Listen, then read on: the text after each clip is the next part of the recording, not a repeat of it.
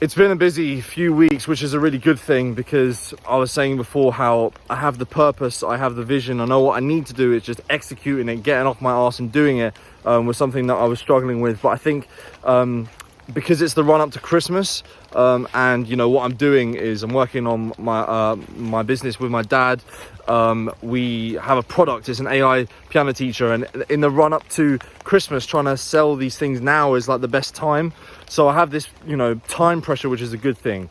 But also as well, there's other aspects like when things get hard and I want to give up, it's like rather than my previous business when I was just running my own videography company, like when things got hard, it was like, well, I can give up and like no one gives a shit really other than me. Whereas with this, it's like, no, I'm doing this for more than myself. I'm doing this for, you know, my dad. I'm doing this for my family. You know, there's that feeling that you don't want to disappoint, which I think is a really helpful thing, and has given me extra power to like get up and do. I also feel as well that by doing certain things like I'm taking First Man's lifestyle supplement again, and I feel the difference this time, which I didn't necessarily feel last time. I feel like this energy actually has a place to get channeled. I feel like my testosterone is higher, and I feel more aggression, and which in a good way, like a healthy aggression, like a motivational energy sort of way. And I definitely think that that's helping, and it's making me, you know, look at my situation and be like, look, I want to improve my life, and like it gives me that sort of drive to do that, rather than just, you know, being a bit more sort of docile and being able to just be like, oh no, it's fine, I can just like sit on my bed and do fuck all, and like it's okay, like, you know, for now. It's not fucking okay. It's not okay. You can't do that forever. You just can't. It's the modern day trap that social media has. It's just, it is lovely and it's comfortable and it's nice, but like, and more than ever, you can just have this such high level of comfort from just your bedroom, but it's a trap. It's literally a trap. Like you'll stay there and you won't grow, and yes, we have to be cautious with that. This week's been challenging, to say the least. It's like the first time I've sort of actually gone off into the world and spoken to people about the product. So the plan was to like try and get it into shops, but you know, obviously music shops, like piano shops, but obviously, you know, things don't work out the way you think they will. And in this particular case, like, I spoke to them, and I feel like a lot of the shops we spoke to, they have older people in there, and not only are they older, but they also often not just music shops, but they teach music as well. So they're old and they've been doing the same thing in the same way and teaching music in the same way for a long time. So I come along and say, look, here's this device. It has lights to show you which notes to play. So it almost like eradicates the need for sheet music, and also as well, like, you can know, it's a really handy tool if you want to have a teacher and a student. You can do like a video call, and the teacher can show the student what notes to play as if they're in the same room, etc, etc. And it has an in-app game, which is for learning music theory, which is, you know, gamified to appeal to a younger audience. And it has the feature where you can show your notes as lights, so that means that the performance is really stands out. And I've been building the TikTok account at Plug and Plink on TikTok. I've been posting my dad's a very talented musician, so I got him to like do loads of covers on that, and just it looks fantastic in the dark. The notes come out. That's a bit more gimmicky. It's not really like the main selling point, but it's just ideally, if I can build that TikTok account, we can, you know, boast that, you know, even with something small like that, it's a useful feature that people might buy. So anyway, approach all of these, and I think, you know, they're you know, very much stuck in their ways. They're like, oh, you know, sheet music is the way we do it. You'll never be an in-person lesson. One man said that this product would not be of use for anyone over the age of 6, or you'd have to have Alzheimer's or something. You know, someone said it was complete gimmick. Someone said, I don't like the look of it. Like, I just don't like, I hate pianos that have got lights on it. A lot of them compared it to existing products that have got lights, but they even though I demoed the product to them, they didn't really see how this is a different product.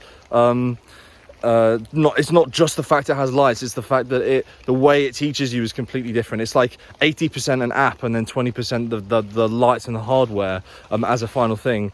So yeah, so But having gone through all of that, and at points I was like, fuck, you know, to be told we don't want it by multiple people is like hard, but to be able to then, you know, talk to my dad and have him like, you know, clarify on their objections for me, and then set my mind straight, and also, you know, I just feel like, right, okay, so that strategy didn't work, and rather than be like, okay, so I'm down now, it's like, no, okay, so we re-strategize then. So what we've learned from this is that it doesn't necessarily appeal to the older audience, or the fact that they might be late adopters, and you know, they might adopt it, but they might you know, there's like an adoption curve of technology. You get the early like interest, and then there's the peak where people, you know, the rush, most people do it, and then there's that sort of the late adopters where they only once everyone's using it, they adopt the product. So it's kind of like that. And yeah, we like, so it might be not a great idea to necessarily rely on them to be the early adopters. And then also another thing as well, when you talk to shops, there's loads of layers of management. So, you know, they like, even if someone likes it, which, you know, so like some people I spoke to, they like it, but they have to speak to their superior, and then they have to have a meeting, and they have to accurately demonstrate what the product is and all of these things. So actually, you know, getting it in there is a logistical nightmare. So actually potentially going directly to the customer might be the best thing to do. But, you know, that's the thing, like, you could see it as like, oh, you know, most of the shops weren't interested in it, so it was a failure of a week. But no, actually it was a successful week, and we learned a lot about the market from doing that. So, and I had to like drive all around the country, because, you know, music shops aren't all that common really, so I had to do a lot of driving and traveling, and you know, keeping my, you know, spirits up. Luckily, you know, even when I just talk normally, they're like, yeah, you're very passionate about that, and in my mind I'm just like, that's just the way I speak, bro. But maybe that comes an advantage. I don't necessarily need to try to sound passionate, because I just speak passionately. But yeah, so that was all that going on. And yeah, so, you know, and then on top of that, at the end, we had like, I had to shoot the ad. So we went to a studio, and that was after a long week. And, you know, now this week I've got to edit that, and, you know, the weekend coming, I'm going to be you know, after emailing so many different shopping centers, we got one that finally said, okay, fine, you can come in, and you have to pay not a cheap amount, but also not as an extortionate as it could be. But, you know, one of them is you know, allowed us, particularly in the busy Christmas time, it's very hard to get in shopping centres sort of this kind of notice. But yeah, they I'm going to be there at the weekend demoing, so maybe I'm going directly to customers is the better route to take, because, you know, they don't have like 1,000,001 different keyboards and objections, and they think they know more than you about your own product, and etc when you go there. So yeah, hopefully that will work out a bit better. But yeah, so overall it's been like, you know, it's been good, and it's been educational, and I'm glad that I'm like I feel there's almost like this like heavy amount of guilt involved in not doing stuff. So like, yeah, it might be more comfortable just sit and do nothing, but like that inner feeling of like not making progress is more overall uncomfortable actually than putting yourself out of your comfort zone, I find. And, you know, doing all of this, but at least I feel like in my soul I'm like, but progress is being made, you know, steps are being taken. I also had an idea as well, like if we're going to need to appeal to the younger audiences more, I had an idea to like mount a piano to a bike and do a piano lesson whilst riding the bike, to prove the point that you can, with this device, you can give and receive piano lessons anywhere, anytime, but just really like, you know, amplify the fact that yes, any place, anytime. That would go on my main channel, Zos, because that's where I put all that kind of content, the one I've been running for over a decade. And yeah, so I think that could, you know, potentially work, but just trying shit. Like my dad said, it's like you're in a dark room and you don't, there's no instruction manual, and you've got to find the light switch, and you've just got to like put your arms out in like different directions and just feel around. And like at the moment, like, yeah, it's like this last week just gone, it's like I put my arm out and, you know, okay, there was nothing there, but like at least I know it's not like that's not the direction to go, you know. It's like and then eventually, you know, you'll find like a wall, and then you can like go around the wall and then eventually hit the light switch. So yeah, but I definitely feel I feel more than ever that like my life is like in my responsibility. I think you know, I've heard online people say, you know, if you look at your life and you look around and the circumstances you're in, it's like that's your fault. Like this is a result of the decisions that you've made. So if you look around and it's not the life you want, then that's, you know, that's because of the decisions that you've made. I'm like, shit, yeah, like I am totally responsible for the life I live. Not that I live a bad life, but it's not the life I want. And, you know, I want to work hard to get the life I want, because I just see it as like, well, what else is there to do, you know? Like I could, you know, dick about or like do things like just for an enjoyment factor, but for me personally, I wouldn't rest. Like fine, I could go and travel now, but like I would do that with such like heavy I would feel guilty for you know, the fact that I've got people that I love struggling at home without me, have to help them, and also as well, like fine, okay, I do that, but then I come back and, you know, the problem of I've got no like money or career or anything like that problem doesn't go away.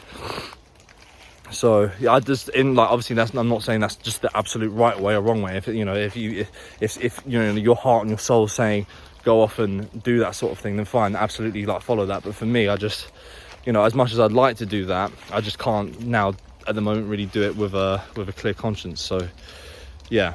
And then to finish up, I came to the forest for a meditation, which I haven't done in a while because I haven't had time or energy really to do that. I've been just focused on other stuff. But yeah, I went from like doing it every day to like not really doing it for some weeks. But it's fine because I think all of the last few months of practice has really helped. And you know, I'm sort of like, I can get to that place, you know.